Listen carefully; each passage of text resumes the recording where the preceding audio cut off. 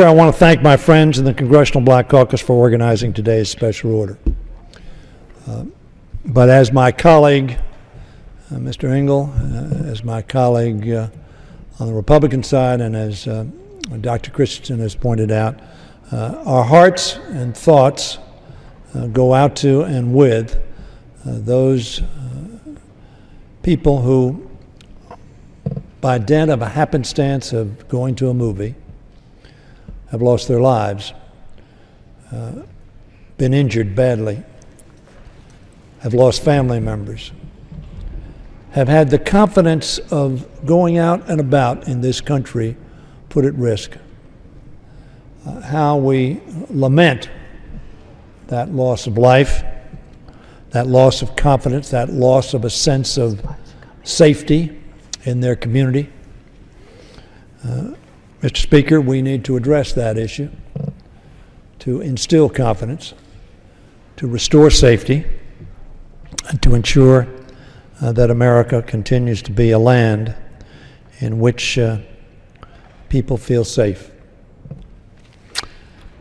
Mr. Speaker, today I want to talk about an issue that is central to America, and that is the right to vote.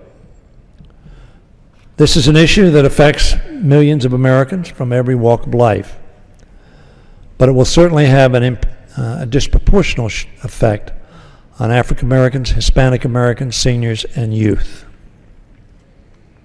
In 2008, we saw a record turnout from minority communities and younger voters as more Americans were energized to take part in our democracy.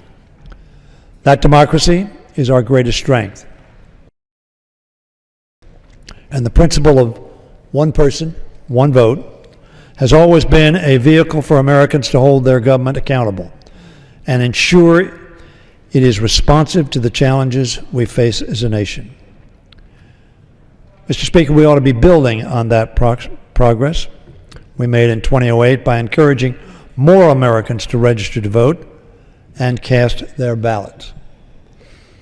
Indeed, in my view, the nation, states, counties, communities, municipalities need to be reaching out to people to make sure they know how to vote and to facilitate their vote, not to put stumbling blocks in the way.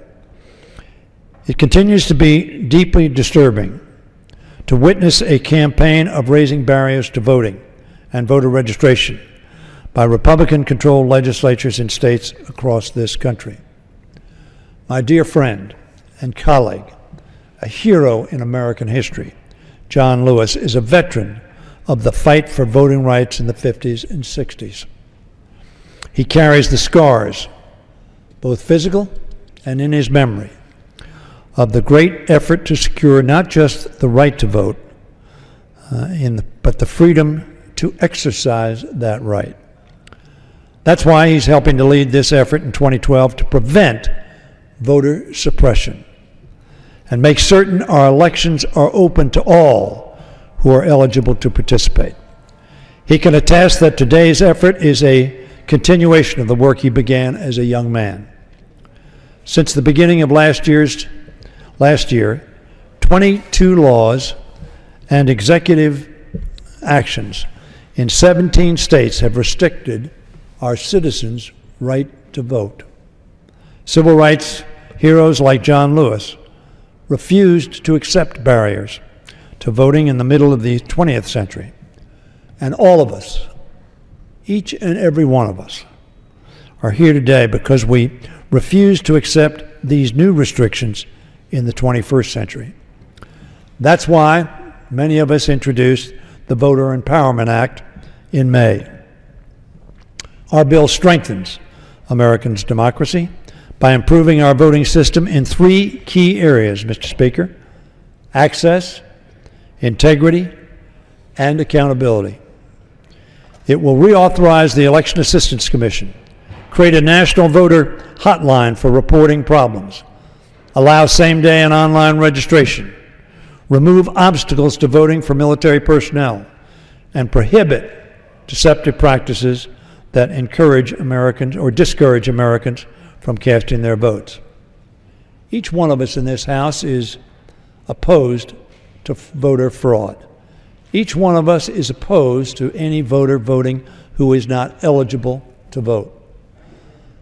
But very frankly, the good news in America is that is a very, very, very small problem. And in fact, when proponents of restrictions are asked to cite examples, they are hard put to do so. Democrats, Mr. Speaker, are making the issue of voter access a major priority this year because we believe that all Americans deserve to participate in this year's election, to have their votes counted accurately. We will continue to monitor our voting system and call attention to those who seek to undermine it. Again, I want to thank the Congressional Black Caucus for its work on this critical issue, as well as Ranking Member of the Judiciary Committee, Mr. Conyers, who has been such a hero on voting rights throughout his congressional career, the Ranking Member of the House Administration Committee, Mr. Brady, and the Assistant Democratic Leader, Mr. Clyburn. I'm proud that the fight for voter access has attracted a broad coalition of civil rights organizations, as well as the Congressional Hispanic Caucus and the Congressional Asian Pacific American Caucus, and that senior citizen organizations, and yes, representatives of young people, are very concerned about the fact that eligible voters are being discouraged and in some cases suppressed from exercising their precious American right to vote. Let us never forget that generations have held it to be a moral duty to preserve the most powerful guarantor of our liberty, the right of every American to vote. We continue to stand up for it today and hopefully each day as we proceed. Now, Mr. Speaker, I mentioned a couple of times about what Democrats are doing. Let me refer now to an article that appeared in the Washington Post today written by Charlie Crist, the former Republican governor of Florida. He says, and I quote from his article, "As a result of insidious political maneuvers and a lack of respect for voters, we in Florida have been entangled in litigation. The courts and the Justice Department have been required to step in this summer to protect the integrity of the voting process against a sweeping voter purge that the Florida Department of State undertook under the guise of removing non-U.S. citizens from voter rolls."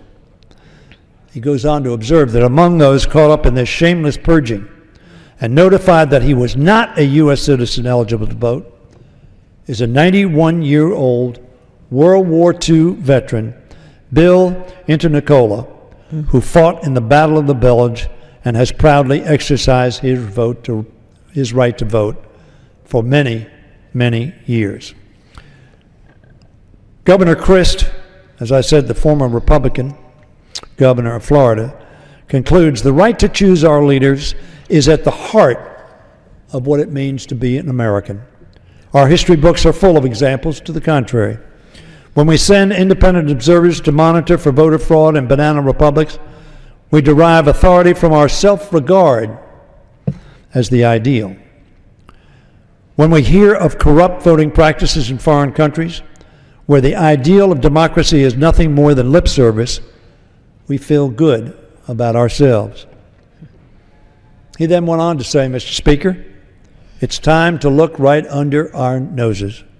It's happening here at home, and it's our responsibility to honestly assess the root of the problem, which requires doing so with as little partisan bias as we believe belongs in the administration of our elections. He concluded with this statement: "We can't be surprised every time it turns out that politics are involved in politics.